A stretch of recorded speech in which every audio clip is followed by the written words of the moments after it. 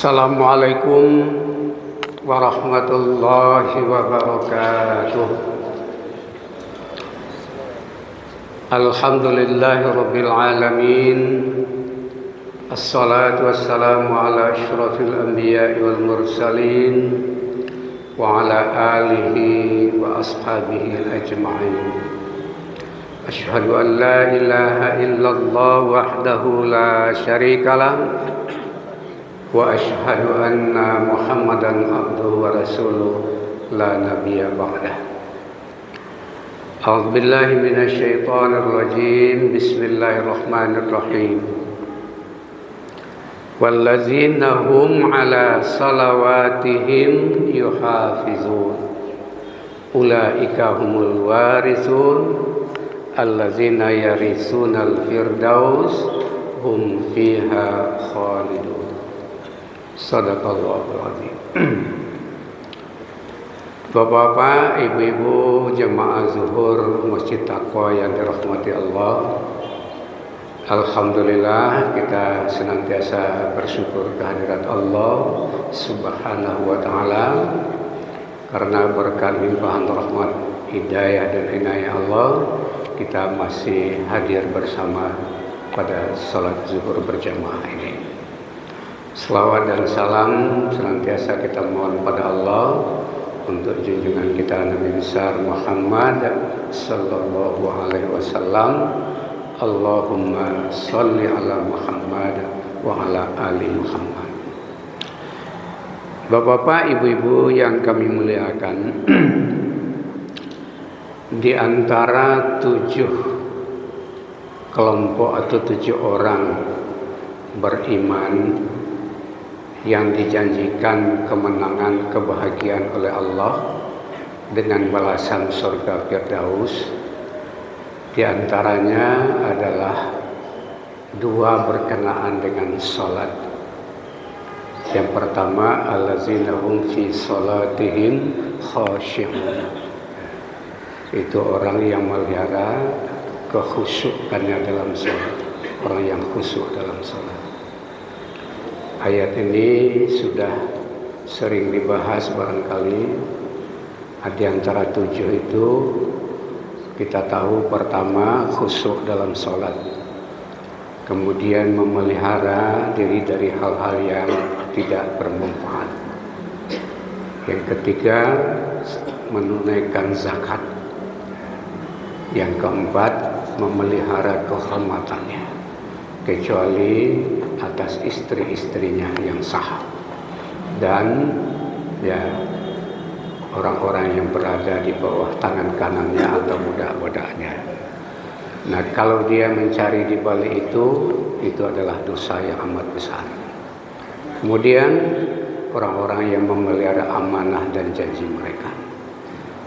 Lalu yang terakhir, wallazina hum ala salawatihim yuhafizun, itu orang yang memelihara salat-salat mereka.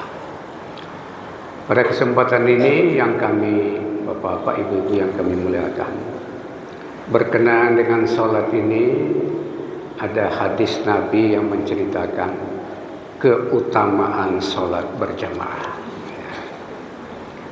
Memelihara salat itu memelihara waktunya.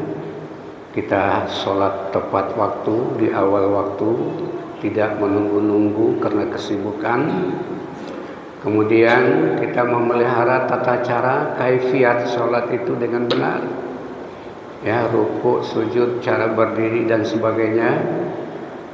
Dan juga memelihara bagaimana aturan berjemaah dengan baik dan benar, ya, kita pelihara dengan baik. Kemudian kita memelihara, ya, di samping tadi di atas kekhusyukannya, kita pelihara waktu sholat, dan termasuk memelihara konsistensi kita melaksanakan sholat berjamaah.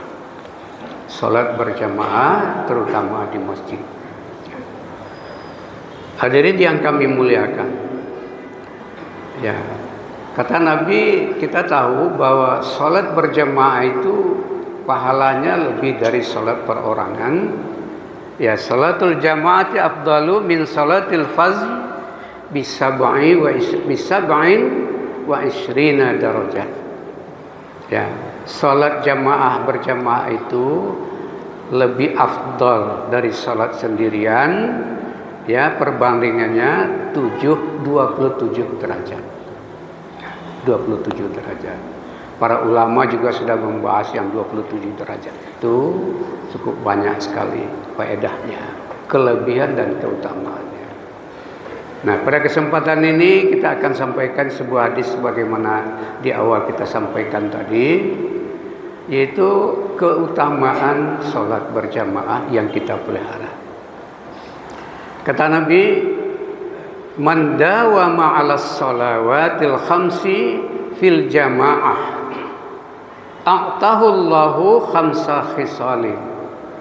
Ya, siapa yang konsisten selalu dia memelihara salat yang 5 waktu itu secara berjamaah, maka Allah akan memberikan kepadanya 5 keutamaan.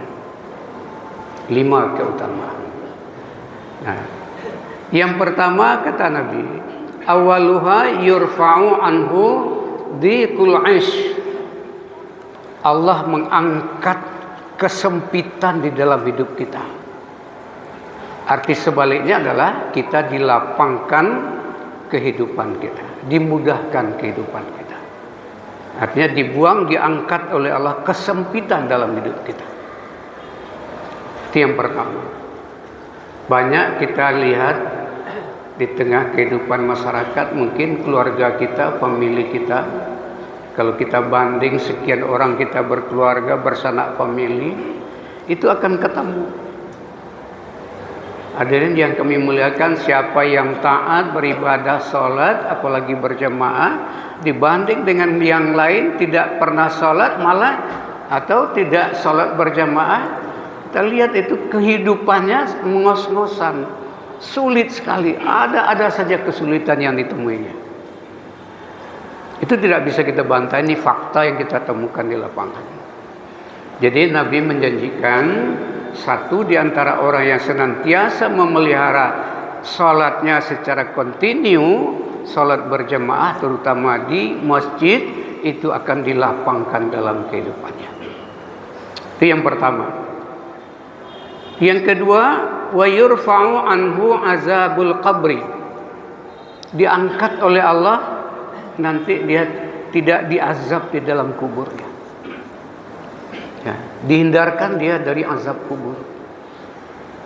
Hadirin yang kami muliakan, kita masih meyakini karena berdasarkan hadis-hadis Nabi bahwa azab kubur itu ada. Ada azab kubur. Walaupun saya pernah tugas di Padang Panjang tahun 90-an, saya ketemu dengan seorang teman, dia tidak percaya bahwa azab kubur itu ada. Malah dia juga dalam sholat, hadirin yang kami muliakan, agak melenceng pemahamnya. Dia mengatakan kalau kita dalam sholat tidak boleh membaca ayat-ayat yang berkenaan dengan penciptaan alam semesta ini. Ya. Makanya dihindarkan katanya kita membaca ayat-ayat berkenaan dengan bagaimana langit bumi dijadikan oleh Allah, bumi dihamparkan dan segala macam itu, karena itu merusak katanya. Lalu ketika itu saya bantah, kalau begitu Anda juga tidak perlu membaca Al-Fatihah yang wajib hukumnya itu. Kenapa? Al-Fatihah itu baru kita baca Alhamdulillahirabbil alamin, segala puji bagi Allah pencipta sekalian alam. Lalu dia diam. Nah, ini dia berpendapat katanya tidak ada itu azab kubur. Karena tidak ada dalil yang kuat katanya, tapi hadis-hadis Nabi kita masih mempercayai bahwa akan ada azab kubur. Nah, bagi orang yang konsisten memelihara salat berjamaahnya, itu nanti akan dihindarkan dari azab kubur. Kemudian kata Nabi yang ketiga, wa yu'ta kitabahu biyaminihi. Lalu Allah akan memberikan kitab catatan amalnya dari sebelah kanan. Itu tentu catatan yang baik-baik. Kalau sebelah kiri itu adalah catatan yang jelek-jelek di dalam kehidupan kita. Jadi akan diberikan catatan ya amal kita, kitab catatan kita, ya dosa dan segala macam itu ya tidak ada, tapi Allah akan berikan kitab dari sebelah kanan kita. Kemudian yang keempat, wa yamurru ala siratil ala sirati kal barqil khatini. Kita nanti kata Nabi meniti jembatan atau sirat itu yang konon halusnya jembatan itu ada digambarkan seperti rambut dibelah 7. Nah, orang yang senantiasa memelihara salat berjamaah di masjid itu dia akan melewati jembatan itu seperti kilat. Begitu cepatnya. Yang di bawahnya adalah api neraka. Ya, itu yang kelima, yang keempat. Kemudian terakhir wa yadkhulul jannah bighairi hisabin. Dia masuk ke dalam surga itu tanpa hisab. Hadirin yang kami muliakan, itu beberapa keutamaan salat berjamaah dan kita kaitkan dengan ayat surat Al-Mu'minun. Itu adalah termasuk orang yang memelihara salat dijanjikan dengan keberuntungan mewarisi surga Firdaus. Di antara 7 yang mewarisi surga Firdaus dengan kemenangan dan keberuntungan, yaitu dimasukkan ke dalam surga Firdaus, yaitu salah satunya memelihara salat, termasuk memelihara salat berjamaah secara kontinu. Dan Nabi juga mengatakan orang salat berjamaah yang paling besar pahalanya, kata Nabi, orang yang paling jauh tempatnya berjalan kaki menuju masjid untuk melakukan salat berjamaah. Ada hadis Rasulullah yang diriwayatkan oleh Bukhari. Terima kasih, banyak maaf. Wassalamualaikum warahmatullahi wabarakatuh.